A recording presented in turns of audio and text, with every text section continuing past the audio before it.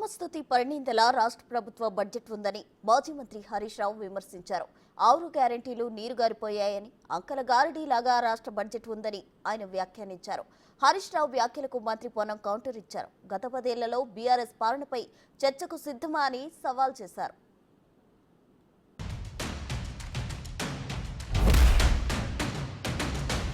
తెలంగాణ శాసనసభలో రాష్ట్ర ప్రభుత్వం ప్రవేశపెట్టిన బడ్జెట్ ఎట్లా ఉందంటే, ఒక మాటలో చెప్పాలంటే ఆత్మస్తుతి పరనింద.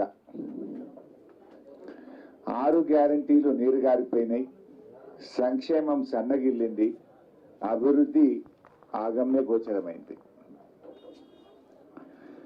గౌరవనీయులు ఉప ముఖ్యమంత్రి బట్టి విక్రమార్క గారు ప్రవేశపెట్టిన బడ్జెట్ అన్ని వర్గాలను కూడా తీవ్ర నిరాశపరిచిందని చెప్పుకోక తప్పదు. ఎన్నికలప్పుడేమో గ్యారంటీల గారడి, ఇప్పుడేమో అంకెల గారడి. రేపొద్దున అనేక సంక్షేమ కార్యక్రమాలు తీసుకుంటాం, కానీ 7-8 నెలల ప్రభుత్వాన్ని శాపనార్థాలు పెట్టిపోతే 10 ఏళ్ళుగా మీరు ఒక్కసారి ఏలు పెట్టుకొని చూపెట్టుకొని గుండె మీద ఏం చేసినారు ఈ రాష్ట్రంలో కార్యక్రమాలు.